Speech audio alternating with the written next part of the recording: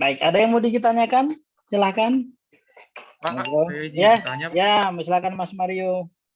Ini Pak, terkait yang tadi yang Bapak baru jelaskan terkait yang penggabungan ini ya Pak. Ya. Dia ini jurnal penggabungannya ini kalau maksudnya mau dibuat ini perlu buat jurnal penutup lagi nggak Pak gitu? Jurnal penutup maksudnya? Jadi kan ini Pak, dia kan yang shipment from itu dia kalau sebelumnya kan ada di jurnal penutup ya ditutup.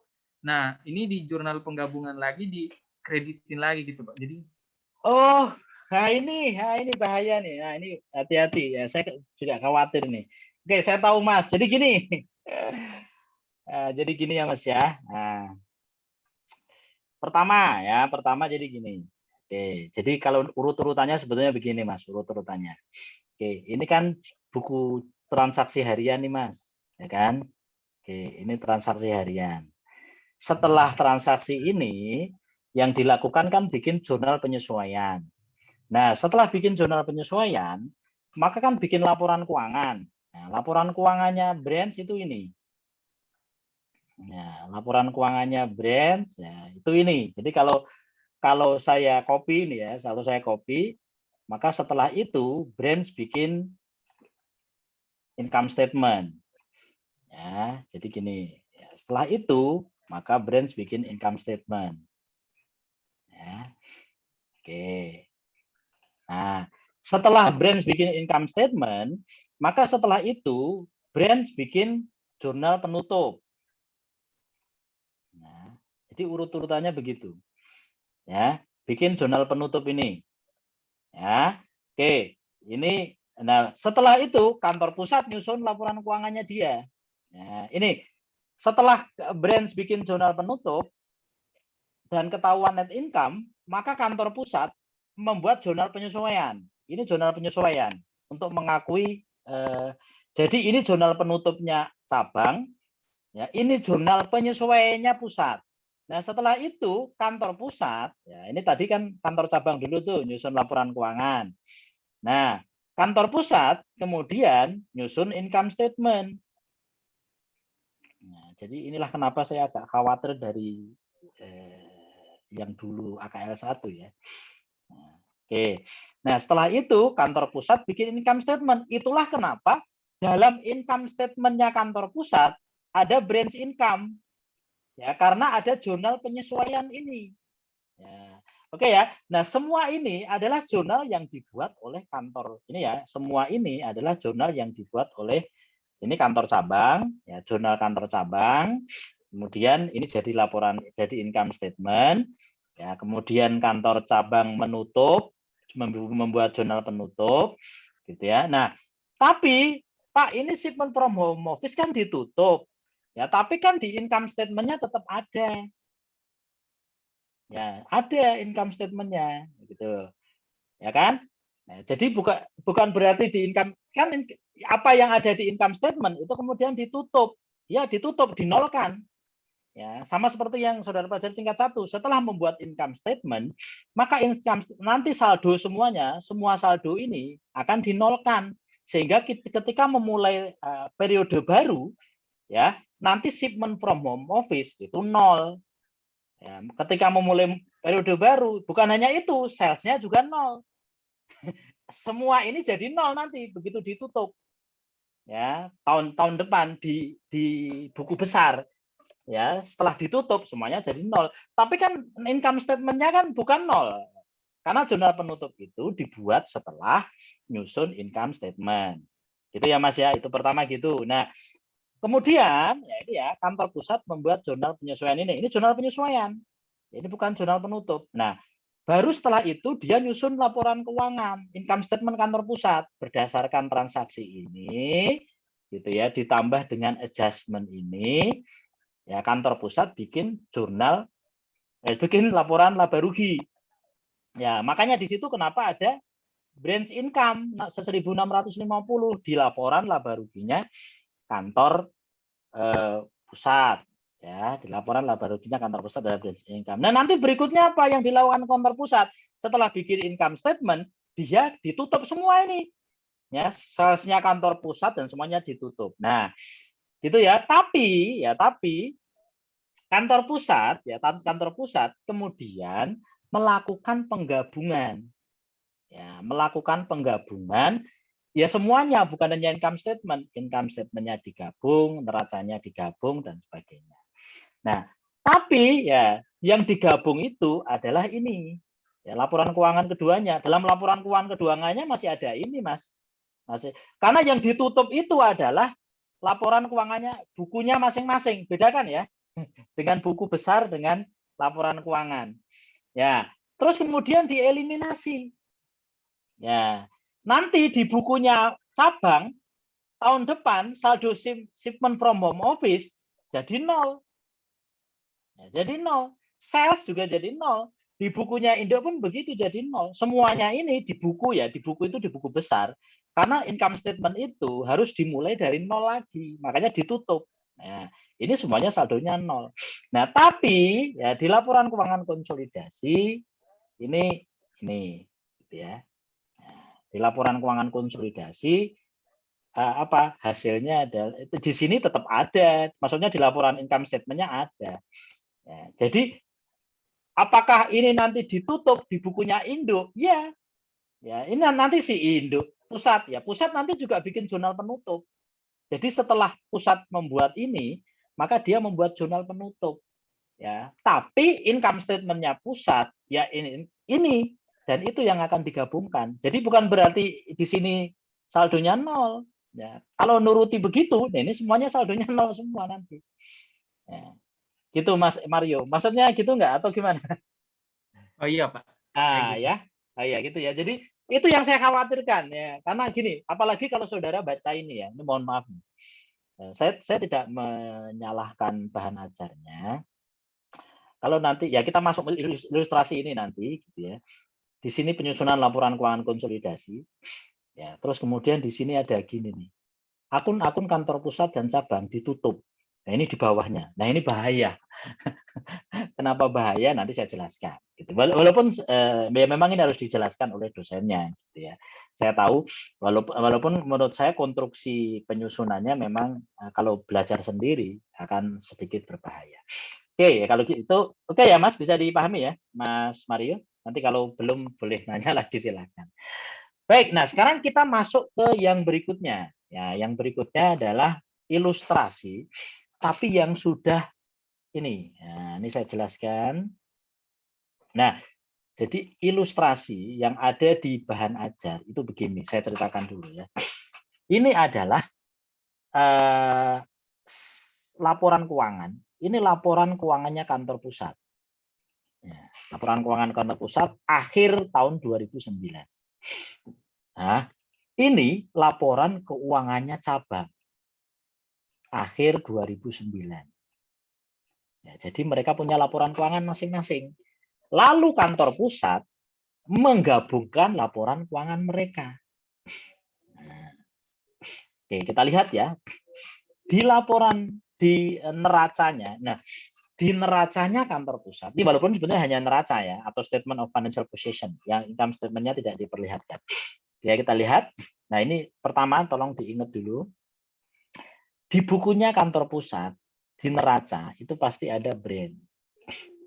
Ya, ada brand. Dan ini kenapa ada unrealized profit? Ya, karena berarti gini, tahun 2009, ya, pusat mengirim barang ke cabang dan ada margin. Ya, dan pada tahun 2009, semua barang yang dikirim pusat ke cabang itu ternyata masih ada yang belum terjual. Makanya pusat itu punya saldo unrealized profit. Ya, saudara masih ingat kalau dilihat ilustrasi di sini, gitu ya. Ketika ngirim barang misalnya, nah ini unrealized profitnya 2.000, kemudian terrealisasi 600, berarti masih ada saldo 1.400. Nah, gitu ya. Jadi di bukunya kantor pusat itu ada saldo unrealized profit. Ya. Oke, saldonya kredit.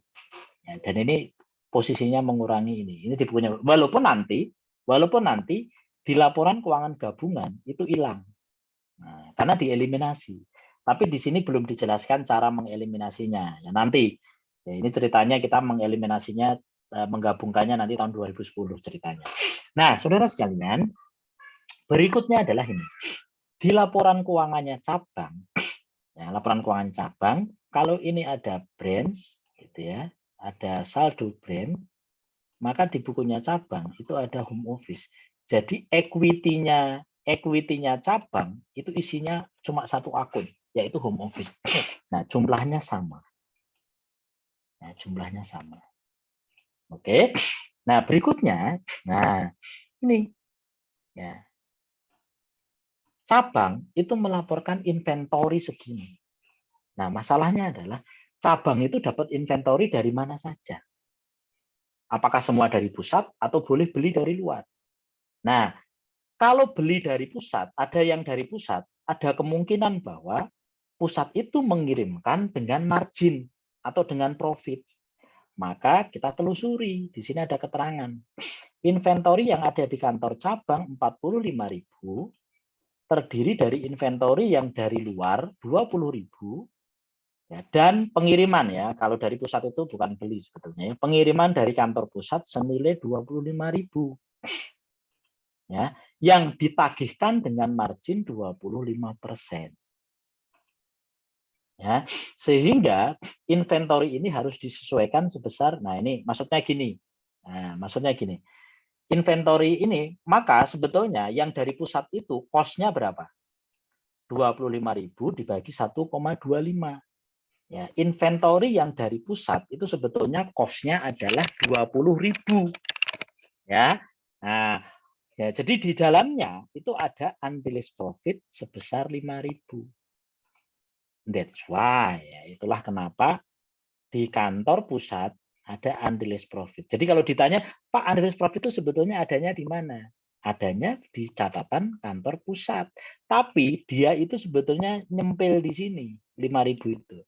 Maka sebetulnya dalam sudut pandangnya kantor pusat, inventorinya cabang itu cost-nya bukan 45, tapi 40. Dari mana itu?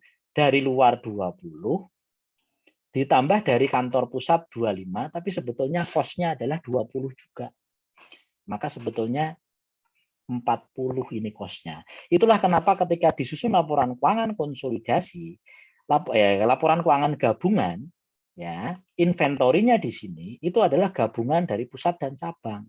Pusat 100, ya, cabang 45. Tapi sebetulnya cost-nya bukan 45, tapi 40. Nah, maka jadi 140 itu nanti pakai jurnal adjustment dan eliminasi. Nah, tapi di sini tidak ditunjukin karena nanti yang 2010 ceritanya. Kita melihat bagaimana jurnal penyesuaiannya. Gitu ya. Jadi ini gabungan nih. Ini ya, cash-nya 25 ditambah 10 35, ya kan? Account receivable-nya 60 ditambah 20 80. Nah, tapi yang inventory ini 100 ditambah 45 dikurangi 5.000. Jadi 140.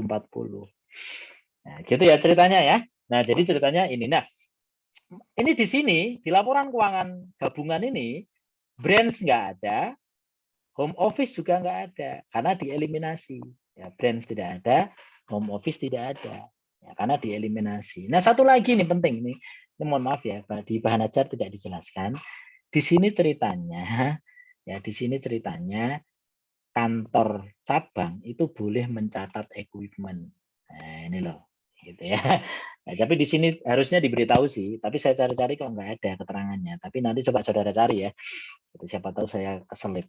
Soalnya saya nyarinya sekilas. Nah, ini dalam contoh ini cabang di sini boleh mencatat aset tetap. Nah, saudara sekalian, ceritanya gini. Ceritanya adalah ini saldo awal. 31 Desember 2010 ini jadi saldo awal 2010. Nah, ingat ya, ingat. Meskipun di laporan keuangan gabungan ini branch hilang, ya home office hilang, gitu ya. Apalagi unrealized profit hilang. Terus di sini merchandise inventory-nya disesuaikan. Tapi di buku mereka masing-masing, branch ini tetap ada. Dan itu akan jadi saldo awalnya home office tahun depan. Ya. Ingat, jurnal penyesuaian dan eliminasi ketika menggabungkan laporan keuangan pusat dengan cabang itu hanya untuk menyusun ini, tapi tidak menghilangkan ini, ya, tidak mempengaruhi buku masing-masing. Sehingga tahun depan ketika beroperasi lagi, ya, ketika saldo brand tetap ada. Ya, ingat ya, saldo brand tetap ada. Saldo unrealized profit di bukunya pusat tetap ada.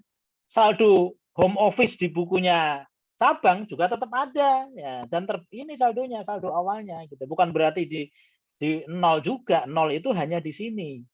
Ya, sama dengan laporan keuangan konsolidasi juga begitu. Inventory yang dilaporkan oleh cabang juga tetap 45. Bukan berarti 40 ya. Oke ya. Nah, itu yang perlu dipahami ya. Oke. Nah, ini saldo awal. Ceritanya ini adalah kondisi akhir 2009 dan jadi awal tahun 2010.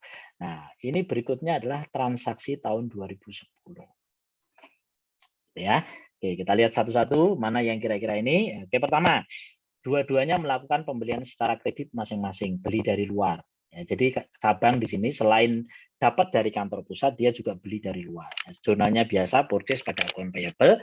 Kemudian selama tahun ini, ya selama tahun 2010, kantor pusat ngirim barang ke cabang. Cost-nya 48, marginnya sama 25. Marginnya 25. Maka jurnalnya adalah hati-hati, ya shipment to brands. Ya, kantor pusat mencatat shipment to brand sebesar cost-nya.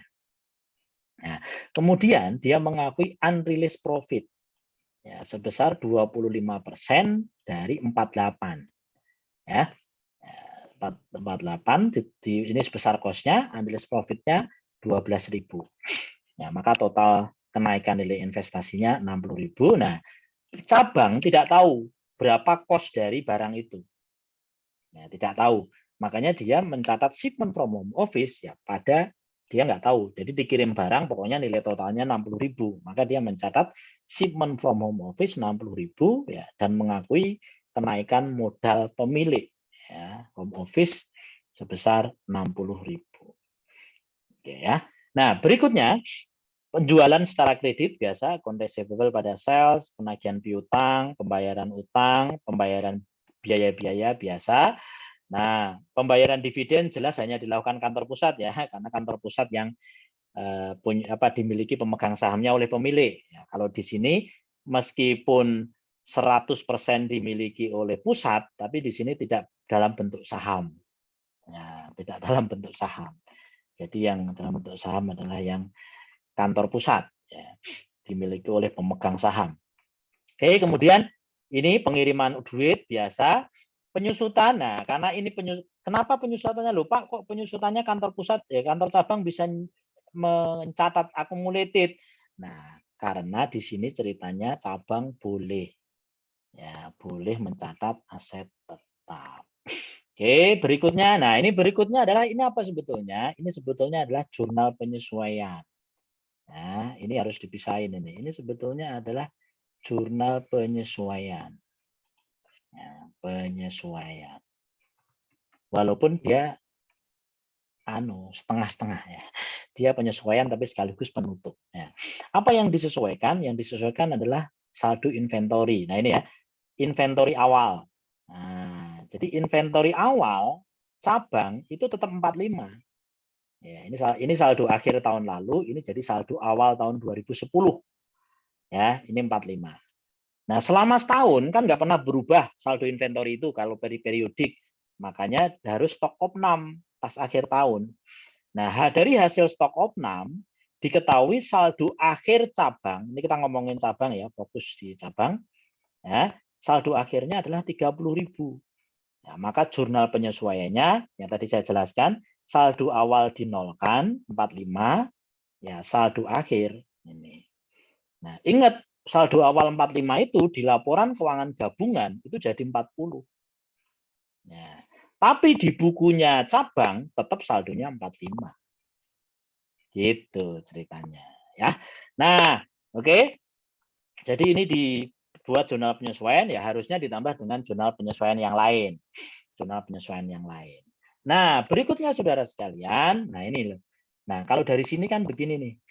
dari data tersebut di atas dibuat kertas kerja penyusunan laporan keuangan gabungan.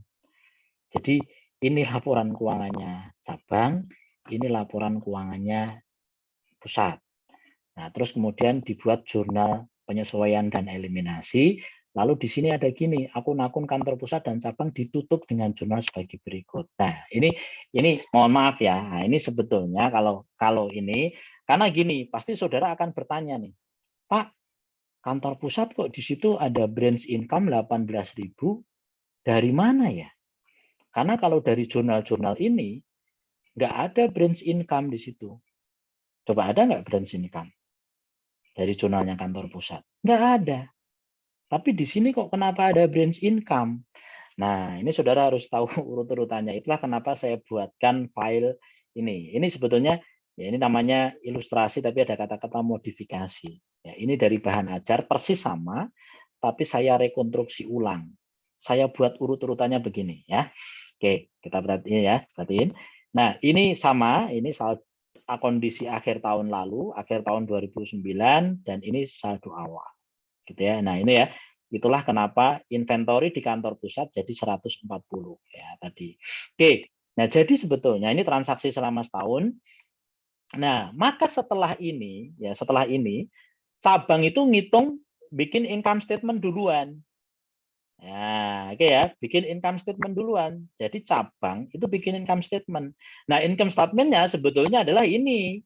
Ya, di mana tadi? Ya ini sebetulnya, makanya saya ambil dari sini ya. Karena memang itu income statement-nya cabang, ya itu ini. Ya, jadi cabang itu bikin income statement. Nah, ini dari angka-angka ini. Nah, coba kita lihat ya. Sales 125. Nah, ini 125 ya. Kemudian dikurangi COGS. Nah, COGS cara nyarinya gimana? Cara nyarinya pertama adalah beginning inventory. Beginning inventory-nya tadi 45, ya kan? Tuh. Jadi beginning inventory-nya tetap 45. Nah, 45.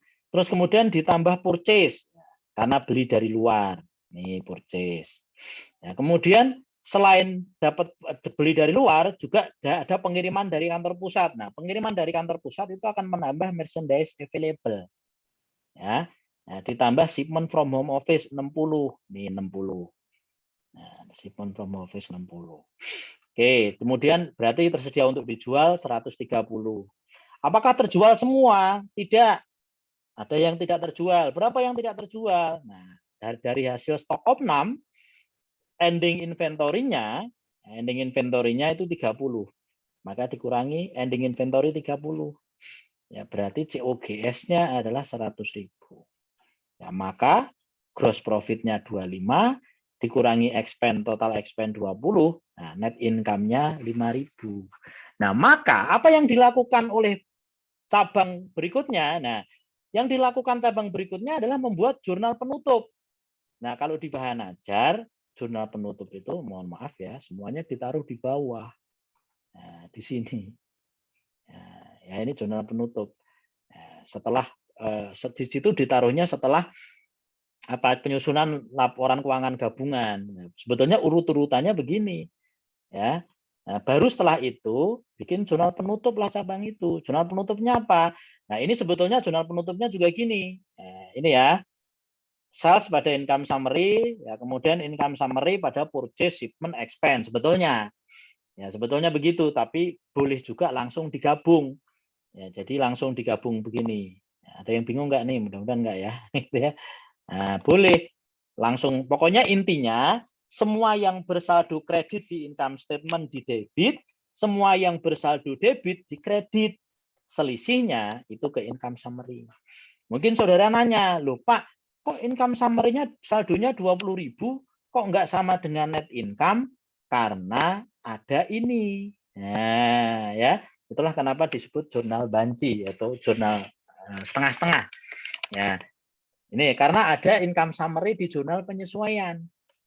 Ya, kalau ini di total ini 45 ya 30 sama ini 20 itu pasti hasilnya 5.000 sama dengan net income. Ya, kalau tidak sama pasti salah. Ya, kalau tidak sama pasti salah. Maka di situ ya ini ya ditutup, semuanya ditutup. setelah itu ketahuan net income-nya 5.000, saldo income summary-nya 5.000. Nah, net income itu kemudian ditutup, menambah home office. Itulah jurnal penutup yang dibuat oleh cabang. Nah, lalu kantor pusat apa yang dilakukan? Ya, begitu kantor pusat tahu net income-nya cabang 5.000, maka dia apa yang dilakukan? Dia membuat jurnal penyesuaian.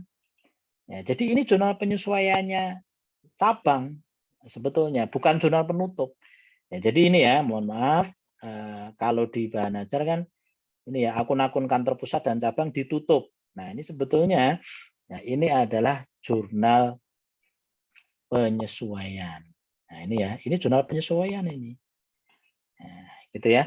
Jadi begitu tahu tahu net income-nya cabang, maka kantor pusat membuat jurnal penyesuaian.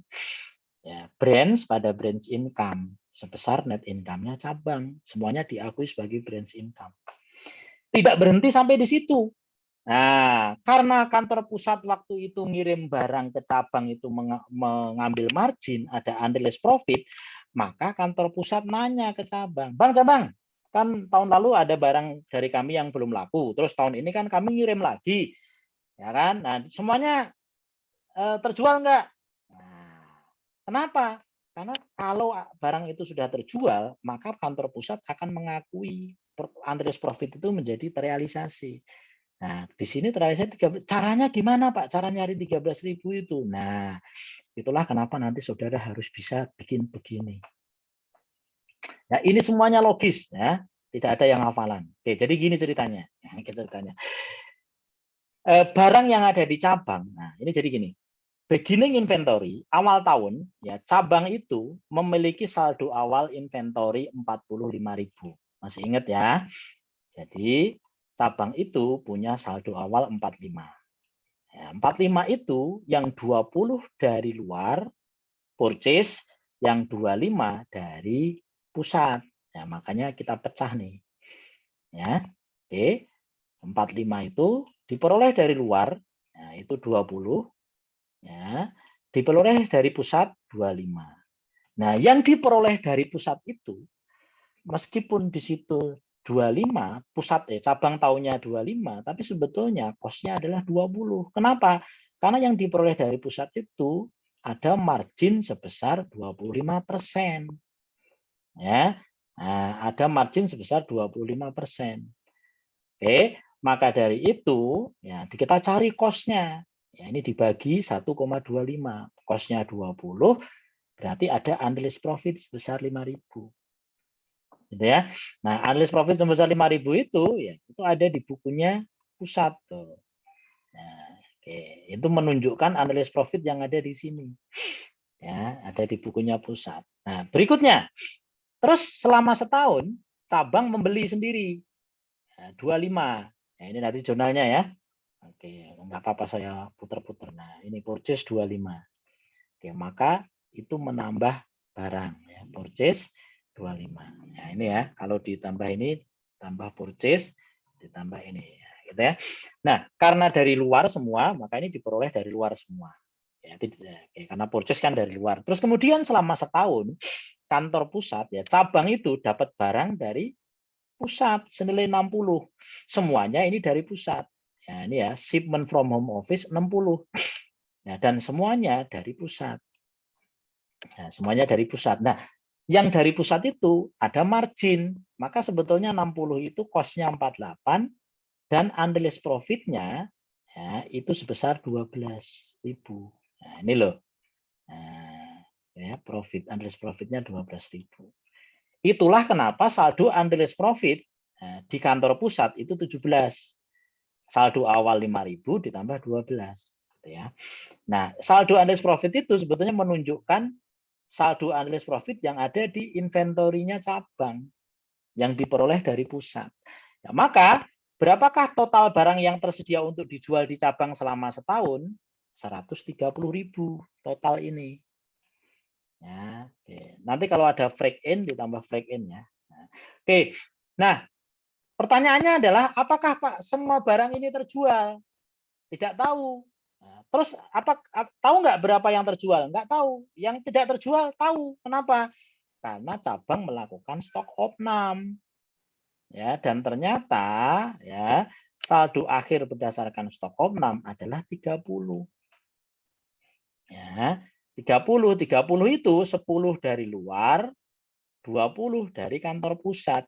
Jadi dari barang yang ini yang 130 itu yang tidak terjual dan jadi ending inventory itu 30.000. Makanya untuk mencari tahu berapa yang terjual, maka merchandise available for sale dikurangi yang tidak terjual, dikurangi ending inventory. Nah, itu loh logikanya. Tapi dulu banyak mahasiswa yang ini ngapalin. Ya, nyari COGS itu hafalan. Nah, padahal nggak gitu. Ya, ini logika gitu ya. Tuh, banyak teman saya dulu yang ini nggak dihafalin gitu ya. Nah, maka berarti COGS-nya ini. Nah, dari ending inventory 30 itu 10 dari luar ya, 20 dari pusat. Nah, tapi sebetulnya ending inventory 20 itu cost-nya bukan 20, ya, tapi cost-nya 16. Di dalamnya ada unrealized profit 4.000. Maka ya kalau awalnya ada unrealized profit 17.000, ya, itu ada yang terrealisasi dan ada yang tidak. Yang tidak terrealisasi adalah yang masih ada dalam ending inventory yang belum terjual. Yang terrealisasi adalah yang terjual bersamaan dengan barang yang terjual atau COGS. Maka dari 17.000 unrealized profit itu ya, yang terrealisasi 13.000, nah, yang belum terrealisasi dan ada dalam ending inventory cabang 4.000. Makanya yang terrealisasi itu kemudian diakui oleh kantor pusat. Ya, unrealized profit dikurangi karena sudah terrealisasi dan itu diakui sebagai branch income. Maka nanti kalau ada pertanyaan, ya misalnya kayak ini, ada pertanyaan di soal ujian tahun-tahun sebelumnya, misalnya pertanyaannya adalah nih, gitu ya. Nih, menghitung laba cabang. Ya, jadi kalau ditanya berapakah laba cabang, nah ini menurut cabang dan menurut kantor pusat. Oke, kalau ada pertanyaan berapakah laba cabang menurut cabang, ya jawabnya 5.000. Cabang tahunya labanya dia ya 5.000 hasil perhitungan income statement. Tapi menurut kantor pusat, labanya cabang itu bukan 5.000, tapi 18.000.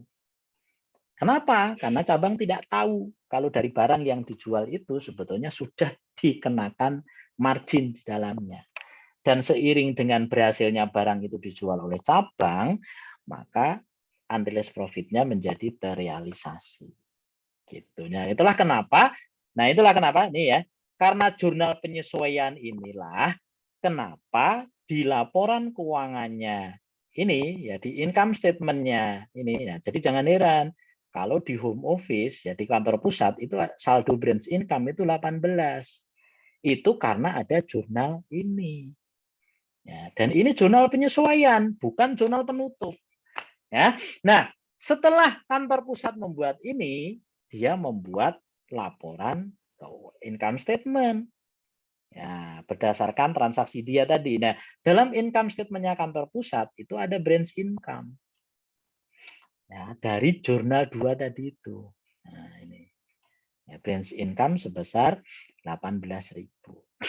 Ya, nah di sini shipment to branch itu akan mengurangi mengurangi merchandise available for sale di kantor pusat.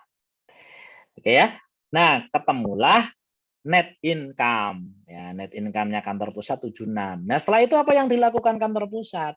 Dia membuat jurnal penutup. Nah, ini ditutup nih semua yang ada di income statement dinolkan. Semua yang bersaldo debit di kredit, semua yang bersaldo kredit di debit. Nah, yang bersaldo kredit itu ada ini sama ini. Ya, kan? Makanya di sini yang bersaldo kredit ya di debit. Ya, yang bersaldo debit di kredit.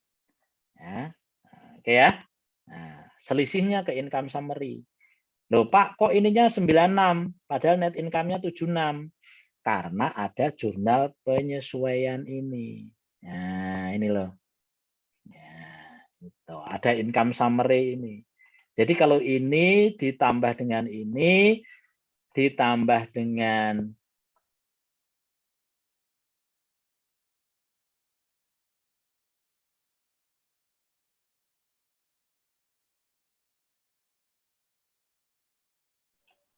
izin. ya udah tadi belum ini ya oke. Jadi kemudian setelah pusat bikin income statement ditutup. Ya, saudara masih ingat ya siklus akuntansi ya? Mudah-mudahan ya. Ini makanya kalau ini dulu lupa ya mungkin agak bingung. Ya, dan kebetulan di bahan ajar memang ininya strukturnya begitu. Ya saya juga harus membuat penyesuaian di sini. Ya, kemudian ditutup nih seperti biasa jurnal penutupnya ya. Ya, semua yang bersaldo debit di kredit, semua yang bersaldo kredit di debit. Nah, kemudian net income ditransfer ke rekening. Karena kantor pusat itu perseroan, ya kan? Oke, kemudian dividen ditutup ke rekening. Sudah selesai. Maka jadilah laporan keuangannya cabang dan pusat. Nah, setelah itu digabungkan. Ya, benar setelah ditutup ini saldo ya, saldo buku ya, bukan saldo laporan keuangan. Benar saldonya cabang dan cabang dan pusat untuk income statement semuanya jadi nol semua saldonya. Tapi kan itu saldo di buku, ya saldo di bukunya. Ya. Nah tapi ya kemudian kantor pusat itu menggabungkan semua laporan keuangan cabang dan laporan keuangannya dia. Ya, maka di sini income statement cabang, ya ini income statementnya pusat. Ya, ini retaining statement-nya cabang, ya cabang namanya bukan retaining statement, tapi sebenarnya ini namanya laporan perubahan ekuitas. Ya. Nah, kemudian ini neracanya cabang, ini neracanya pusat, gitu ya. Nah, kemudian digabungkan. Nah, ini menggabungkannya sedikit agak lebih rumit dibandingkan yang ilustrasi tadi. Kenapa? Karena di sini ada unrealized profit. Yang pertama jelas ya, branch income ini harus dieliminasi. Ya, karena tidak boleh mendapatkan pendapatan dari dirinya sendiri. Ya, shipment to from home office dan shipment to brand juga harus dieliminasi. Tapi di sini angkanya beda. Kenapa? Karena pas dikirim ada unrealized profit. Ya, oke berikutnya ini. Nah, ini ada unrealized profit. Ya, itu harus dieliminasi juga. Ya. Nah, ini ada inventory akhir. Inventory akhir 30 ya dalam bukunya cabang. Nah, ini ya 30 dalam bukunya cabang itu sebetulnya cost-nya ini 30. Cost-nya 210 tambah 16. 26 bukan 30. Kenapa? Karena di dalamnya ada unrealized profit 4.000. Ya, gitu ya. Nah, jadi ini harus disesuaikan. Nah, karena sebetulnya cost-nya bukan 30 tapi 26. Karena di dalamnya ada unrealized profit 4.000. Makanya di sini di-adjust. Nah, kemudian ini branch itu, nah ini saldo sebelum closing, ya sebelum closing dan ini setelah closing. Karena pengakuan itu tadi. Nah, maka inilah jurnal penyesuaian dan eliminasinya. Ya. Oke, kalau di bahan ajar jurnalnya memang ini ya begini. Nah, ini urutannya begini, ya urutannya begini. Tapi ini saya ubah urutannya. Ya kenapa? Karena gini, nah saya jelaskan. Ini urutannya saya ubah. Jadi jangan bingung nanti kalau belajar bahan ajar juga. Ini urutannya saya ubah. Jadi gini, sebetulnya ya jurnal penyesuaiannya ada 5. Nah, yang jurnal penyesuaian 1 sampai 4 itu sebetulnya terkait dengan ini. Perjalanan akun unrealized profit. Makanya saudara coba lihat ya, nih. Di sini jurnal yang paling bruwet ya, itu di akun unrealized profit sampai 3. Yang lain nggak ada tuh. Tuh, yang lain nggak ada. Cuma 1 ya. Jadi yang ruwet itu di sini. Ya, sampai 3 gitu ya. Maka sebetulnya perjalanan jadi gini. Nah, yang pertama adalah ini, kita jelasin satu-satu. Yang pertama adalah jurnal yang pertama ini adalah ya unrealized profit beginning. Ya, unrealized profit beginning. Jadi intinya gini, intinya adalah, nah ini hati-hati lagi, ini perlu saya jelaskan. Ini memang jurnalnya COGS. Jadi gini, waktu kita belajar laporan keuangan konsolidasi, itu menggunakan metode perpetual. Jadi langsung COGS, ada saldonya. Nah, tapi kalau di sini, ini kita menggunakan periodik. Jadi COGS itu dicari dengan ini. Ya, gitu ya. Dicari dengan ini.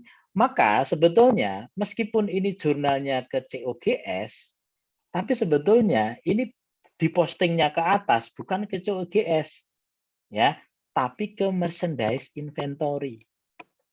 Ya, jadi ke merchandise inventory. Makanya ini tujuannya apa sih? Tujuan jurnal yang pertama ini sebetulnya tujuannya gini. Tujuan jurnal yang pertama ini adalah mengeliminasi merchandise inventory awal. Ya, menyesuaikan merchandise inventory beginning ke cost yang seharusnya. Kenapa? Karena gini, ketika kita menghitung COGS, ya, ketika kita menghitung COGS itu pakai begini, beginning inventory ditambah purchase, ya, ditambah shipment from home office, ya, atau dikurangi shipment to brand, itu akan jadi ini. Terus kemudian dikurangi ending inventory. Nah, dalam beginning inventory 45.000 itu, sebetulnya cost-nya bukan 45, tapi 40.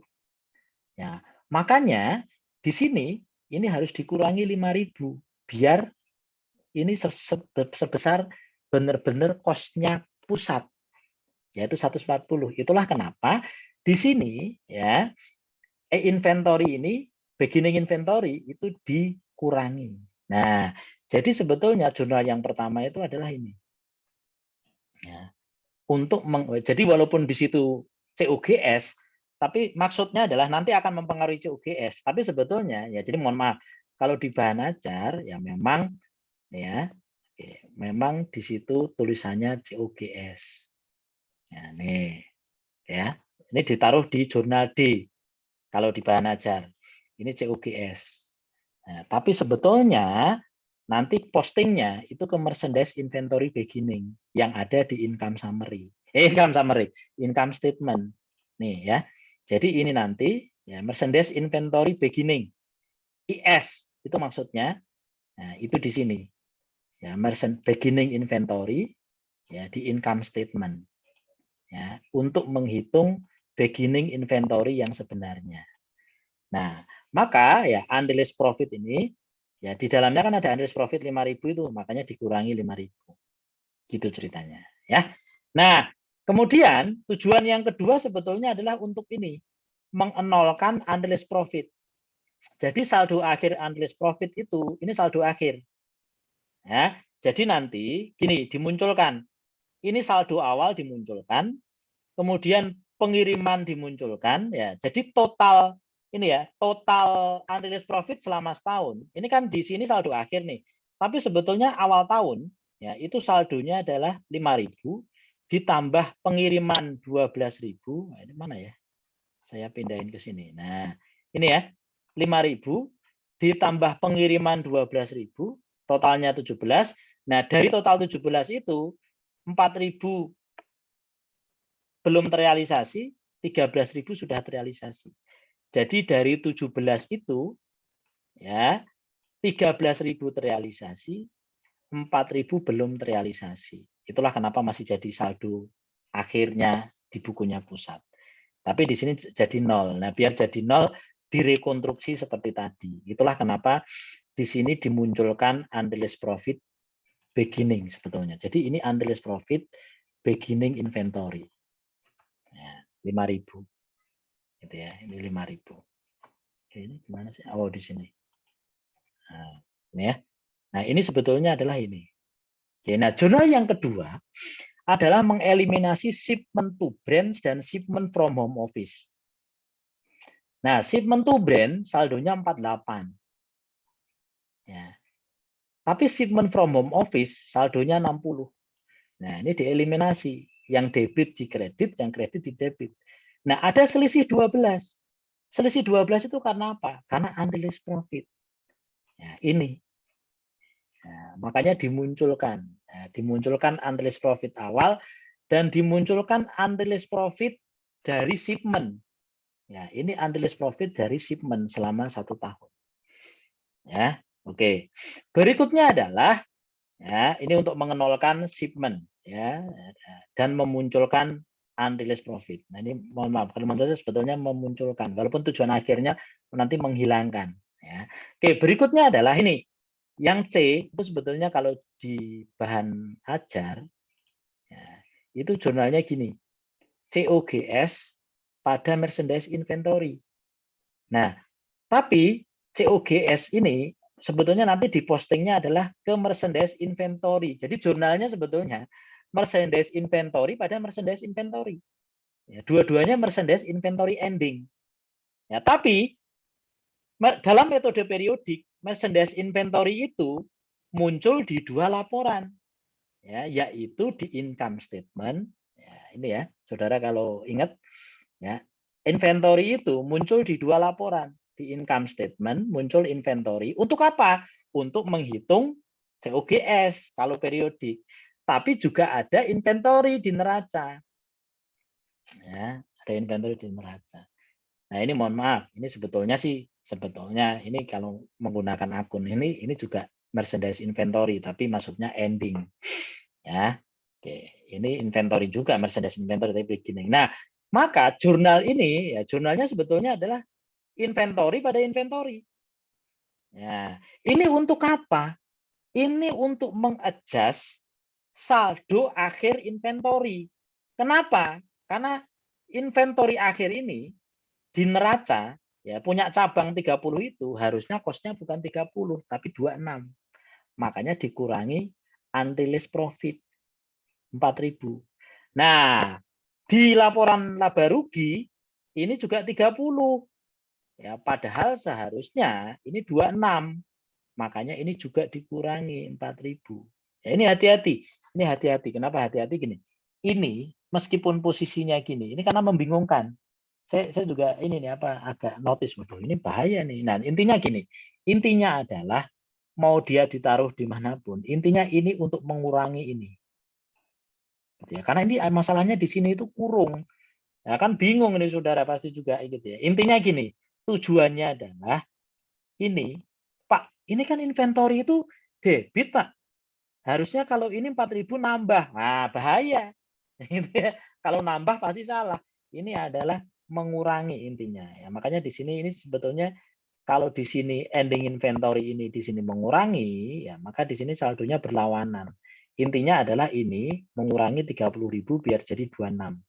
Biar ending inventory untuk menghitung COGS itu sama dengan ending inventory yang ada di neraca, gitu ya. Intinya itu ya. Dan 4.000 itu apa? 4.000 itu sebetulnya adalah ini.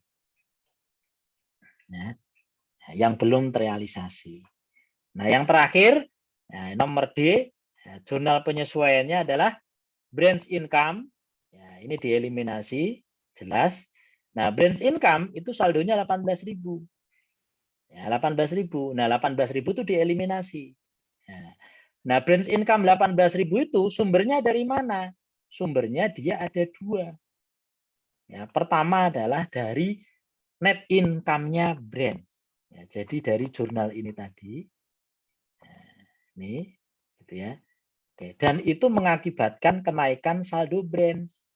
Ya, maka bersamaan dengan eliminasi branch income, ini nanti kalau saudara bingung tinggal udahlah ngepek aja lah lihat contohnya gitu ya. Nah, tapi sebenarnya semuanya bisa ada logikanya. Sebenarnya ada logikanya. Nah, maka bersamaan dengan mengeliminasi branch income ini, karena branch income waktu itu menambah yang 5.000 itu sebesar net income-nya cabang. Dan itu waktu itu menambah branch income dan menambah kenaikan branch. Maka di sini kenaikan branch sebesar 5.000, ya, itu dieliminasi, kenaikan branch. Ya, jadi branch sebelum ditambahi dengan branch income itu saldonya di bawah 5.000. Ya, makanya ini, itulah kenapa branch itu, ya di sini saldo branch akhir, ini kita tutup dengan 2 jurnal. Nah, yang ini adalah kenaikan sebelum closing, ya, kenaikan, dan ini adalah saldo awal, ya, bukan saldo awal ya, pre-closing, ya, pre-closing, gitu ya. Jadi ini, gitu ya. Nah, terus yang kedua, ya saldo branch income 18.000 itu karena unrealized profit yang terrealisasi, ya, gitu ya. Karena yang unrealized profit yang terrealisasi. Makanya di sini, ini yang 13.000. Jadi sekali lagi, makanya sebetulnya jurnalnya yang kita buat itu adalah ini apa gambaran dari pergerakan ini unrealized profit ini, ya.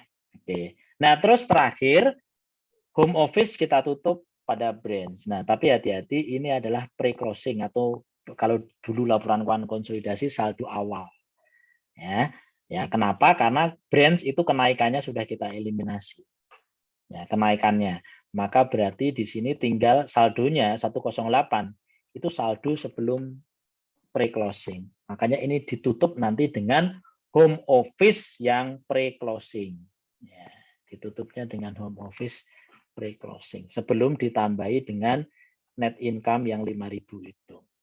Nah, gitu ya. Nah, baru setelah itu digabung. Nah, nanti Pak, apakah nanti laporan keuangan gabungannya ditutup?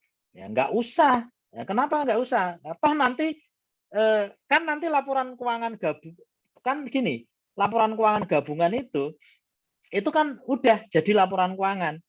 Ya tahun depan ketika nyusun laporan keuangan gabungan itu bukan menggunakan laporan keuangan gabungan awal yang ditambah dengan transaksi setahun, enggak. Ya, tapi nanti tahun depan ketika nyusun laporan keuangan gabungan, ya karena gini, Mas Mario tadi, nah ini itu tidak punya buku, ya. Ini tidak punya buku besar. Nah, yang punya buku besar adalah ini dan ini, gitu ya. Ya, jadi nanti ini nggak usah ditutup, ya, nggak usah ditutup pun dia nggak punya buku besar. Jadi ini nanti tidak jadi saldo awal. Hati-hati ya. Ya, itu pemahamannya begitu. Sama dengan laporan keuangan konsolidasi. Laporan keuangan konsolidasi itu ditutup nggak Pak income statement-nya? Enggak. Ya, karena laporan keuangan konsolidasi tahun sekarang itu bukan berarti jadi saldo awal untuk transaksi tahun depan. Enggak. Yang jadi saldo awal itu tetap masing-masing bukunya induk dan anak. Nah, nanti tahun depan ketika menyusun laporan keuangan konsolidasi, itu tinggal menggabungkan hasil final laporan keuangan induk dan anak, gitu ya. Nah, ini yang kayaknya belum dijelaskan. Saya juga nggak jelasin itu sih waktu AKL 1, tapi ya itu tadi, nanti laporan keuangan konsolidasi, laporan keuangan gabungan itu nggak usah ditutup karena memang dia tidak punya buku besar.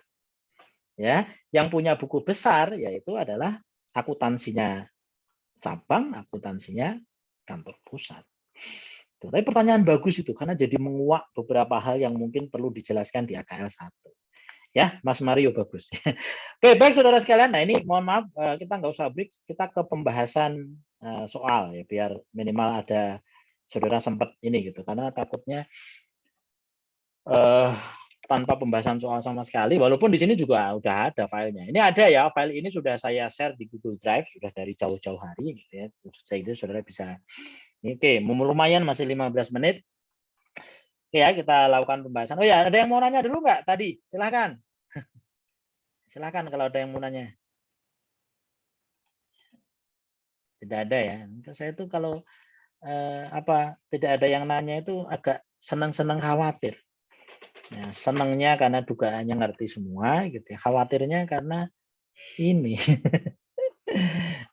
saudara bahkan untuk yang mau ditanyakan apa ya, karena saking nggak pahamnya semua juga, gitu. Dan itu salah saya ya. Oke. Baik saudara sekalian, nah kita ke pembahasan. Nah ini ya, lumayan. PT Alfa merupakan perusahaan retail yang punya 2 buah kantor cabang. Pembukuan dilakukan terpisah. Pengiriman barang dagang dari pusat ke cabang ditagihkan margin 20%. Semua aset tetap dicatat di pusat. Nah, gitu ya, berarti cabang nggak boleh. Saldo inventory awal cabang sebesar 60.000. Setengahnya dikirim dari pusat, sisanya dari luar. Nah, ini nanti saudara harus bisa bikin begini. Nah, ya. Cabang 1 beginning inventory-nya 60.000. Ya, setengahnya dari luar.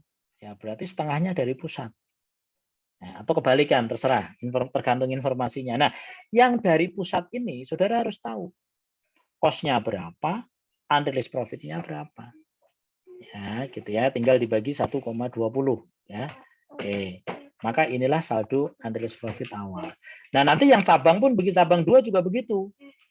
Beginning inventory-nya berapa, dari luar berapa, dari pusat berapa. Cost-nya berapa, unrealized profit-nya berapa. Oke. Berikutnya. Biar cepet ya. Biaya standar pengiriman pusat ke cabang 1 250, dari pusat ke cabang 2 300. Oke, ini adalah transaksi kantor pusat dan cabang. Yang pertama, 1 Januari, pusat mengirim inventory ke cabang 1 dan ke cabang 2. Ke cabang 1 kosnya 40.000, ada biaya kirim. Ke cabang 2 kosnya 50.000 dan ada biaya kirim. Nah, ini ya, yang pertama, kantor pusat mengirim barang ke cabang 1. Ya, ini ya. Kosnya 40.000, hati-hati. Ya, kantor pusat itu mencatat shipment to branch pada kosnya. Ya, karena ada margin 20%, ini 20%, maka di sini mengakui unrealized profit brand 1. Nah, nanti jadi gini, kalau branch-nya ada lebih dari 1, ya misalnya 3, nanti ada akun brand 1, brand 2, brand 3. Ya, maka shipment to branch-nya juga ada shipment to brand 1, shipment to brand 2, shipment to brand 3. Ya, unrealized profit-nya juga ada 3. Ya, jadi tergantung jumlah branch-nya. Nah, ini ya. Jadi shipment to brand sebesar cost-nya, margin-nya diakui sebagai unrealized profit, karena ngeluarin untuk transport, ya, maka cash-nya berkurang, tapi tidak boleh mencatat break out. Ya, tidak boleh. Karena yang nanggung adalah cabang 1. Gitu ya. Maka ini cash-nya dianggap menambah nilai investasi. Nah, berikutnya, oke, cabang 1 dia nggak tahu ya, cost-nya berapa. Dia tahunya dapat barang senilai 48, maka dia mencatat shipment from home office 48. Ini total ini. Nah, kemudian dia mencatat biaya transportasi, ya, karena dia nggak bayar, dibayar di kantor pusat, nah, maka menambah nilai modal kantor pusat. Oke, pengiriman barang ke cabang 2 juga demikian. Ya, nggak usah saya jelaskan biar cepat. Nah, berikutnya adalah transaksi kedua, cabang 2 membeli inventory dari luar. Ya, berarti jumlahnya ini. Ya, di sini enggak. Berarti mungkin cabang 1 semua inventory-nya dari kantor pusat. Sementara cabang 2 selain dari kantor pusat beli dari luar. Nah, berikutnya ini. Cabang 2 diminta mengirimkan 1/4 ya, 25% inventory yang diperoleh pada tanggal 1 Januari. Jadi ini. Ya. Ini ya, cabang 2 disuruh ngirim ini yang diperoleh dari kantor pusat ini 25%-nya disuruh ngirim ke cabang 1. Ya. Nah, maka ini mulainya dari sini dulu nih mulainya. Ya. Shipment from home office ini awalnya 60.000.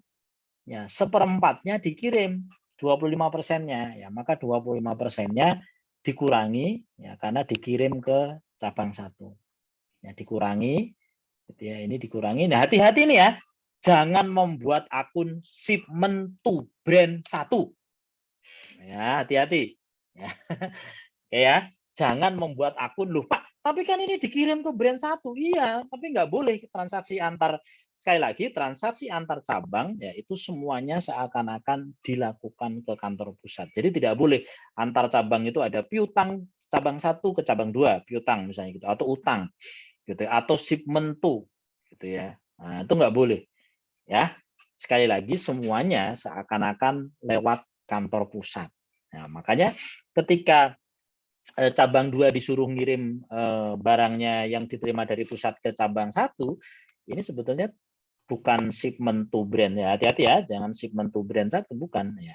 Shipment to itu semuanya ada di kantor pusat. Ya, gitu ya. Nah, ini jadi seakan-akan ya ini mengurangi shipment from home office. Ya, ini dikurangi 25%-nya. Oke, break end-nya ya berarti di cabang 2 itu tinggal 75% kan? Maka dia juga akan mengakui break end hanya 75%. Maka yang 25%-nya yang terkait dengan barang ini harus dihilangkan juga break end-nya. Nah, ternyata ya kantor cabang 2 ketika ngirim itu harus bayar biaya transportasi. Ya, 2560 maka keluar cash ya. Tapi hati-hati, jangan dicatat piutang ke cabang 1, bukan ya. Ini seakan-akan ya bayari kantor pusat karena tanggung jawabnya kantor pusat. Ya, gitu ya. Maka ini gitu ya, mengurangi nilai home office. Nah, kantor cabang 1 dia mencatat pengiriman ini ya, meskipun dikirimnya dari cabang 2, hati-hati jangan mencatat shipment from branch 2 ya, nggak boleh. Ya, dia tetap menganggap itu pengiriman dari kantor pusat. Ya, shipment from home office ya. Dia taunya pokoknya kosnya 15 ya. Ya 15. Ya seperempatnya dari 60. Oke, kemudian break end-nya berapa? Nah, break end-nya itu totalnya sebetulnya adalah sebesar ini. 75 tambah 26, 335. Ya, 335. Tapi, ya ini mohon maaf saya tutup dulu ya.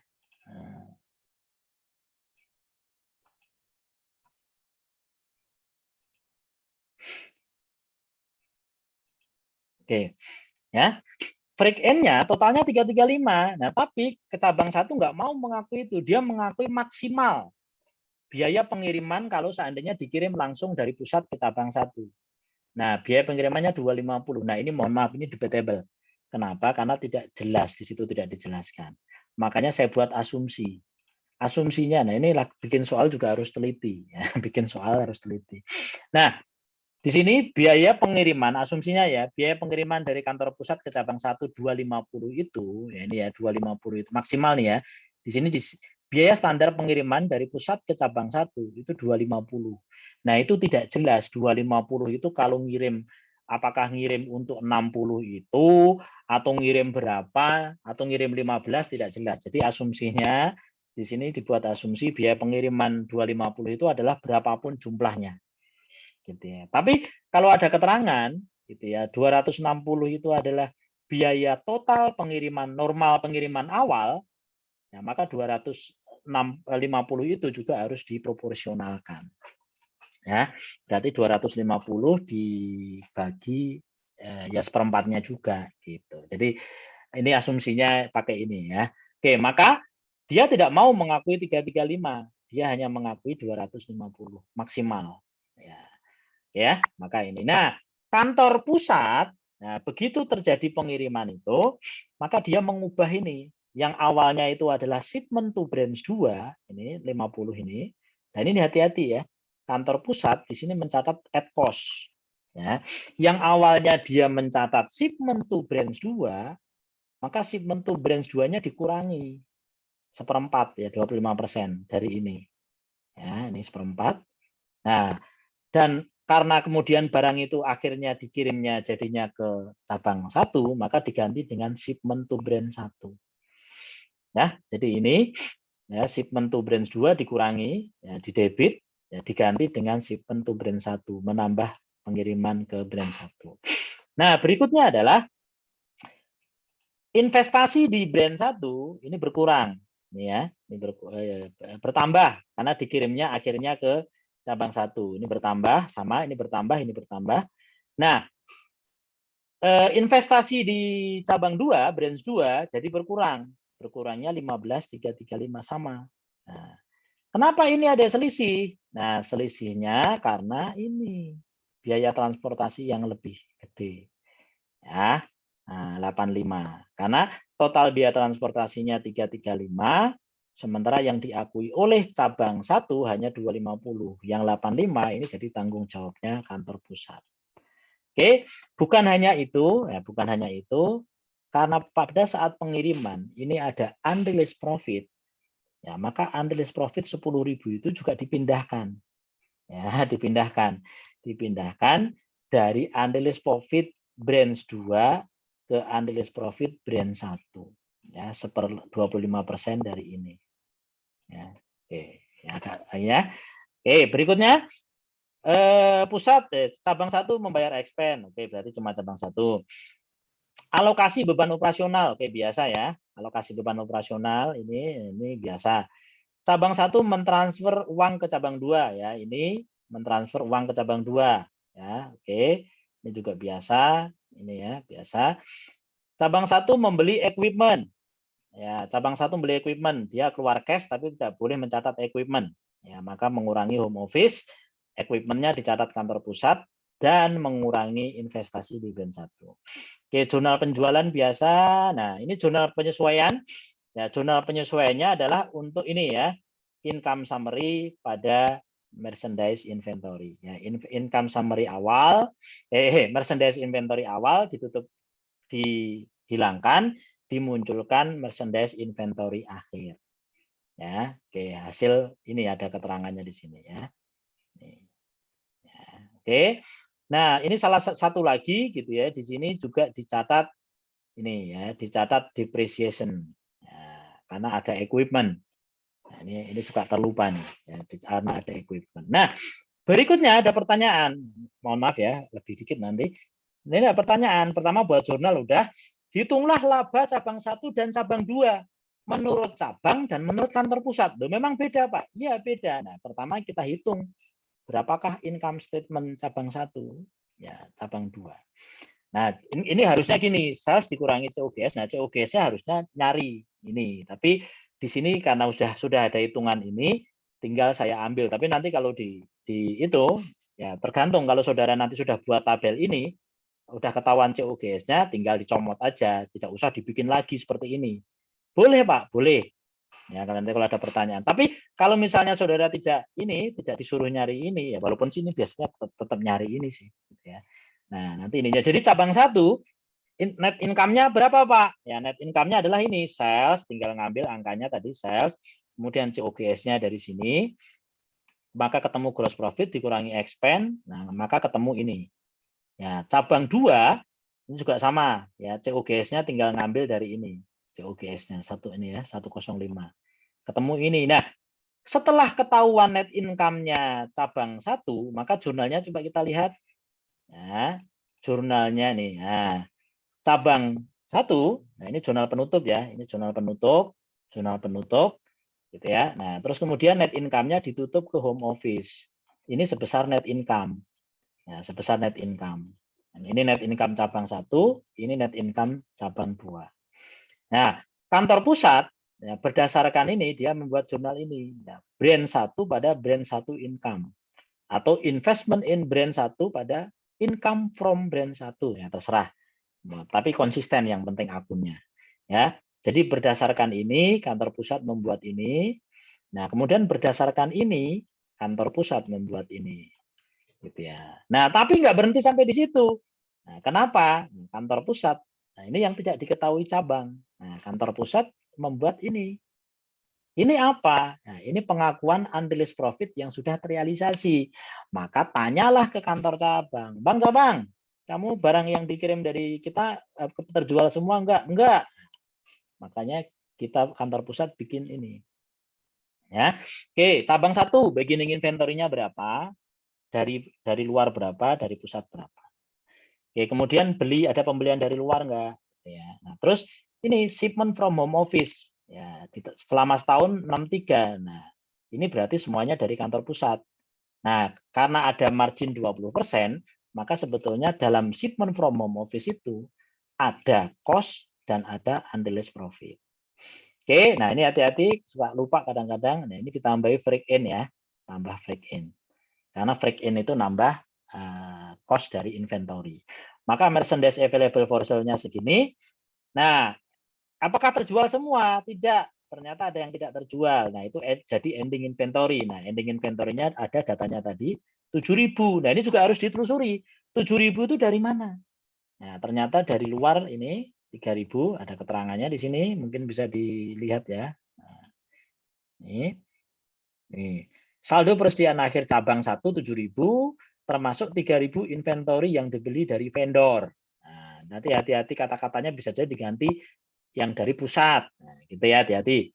Ya, ini 7.000 yang dari vendor 3.000, berarti 4.000 dari pusat. Nah, 4.000 itu ada cost dan ada unrealized profit. Ya, maka kalau ditelusuri lagi selama setahun itu ada saldo unrealized profit awal 5.000, terus ada pengiriman, dalam pengiriman setahun itu ada unrealized profit 10.500, berarti saldo unrealized profit totalnya 15.500. Nah, kalau ada yang belum tidak terjual berarti belum terrealisasi. Nah, yang belum terrealisasi 667 dalam ending inventory-nya cabang 1, maka berarti yang sudah terrealisasi adalah 14.833. Maka berdasarkan itu, nah, maka nih ya, kantor pusat akan mengakui unrealized profit brand 1 pada brand 1 income sebesar tadi itu. Makanya menurut cabang 1 net income-nya dia 58. Tapi menurut pusat net income-nya ya labanya cabang 1 itu bukan 58 tapi 72883. 58 ditambah 14.833. Gitu ya. Nanti yang cabang 2 juga demikian. Oke, baik saudara sekalian, lumayan bisa melakukan satu pembahasan. Nanti yang sisanya ya banyak di situ gitu ya, latihan soalnya dikerjakan. Ada pembahasan yang lain di worksheet yang lain tadi ujian tahun sebelumnya gitu ya. Dilihat yang sekali lagi kalau ada yang tidak jelas jangan sungkan untuk ditanyakan ke saya. Nah, eman-eman loh, saya itu dibayar negara untuk menemani saudara belajar. Jadi kalau saudara sekali lagi belum paham, nah itu saya juga sedih ya. Saya makan dan minum juga rasanya jadi kurang tidak seenak kalau saya tahu saudara paham. Oke.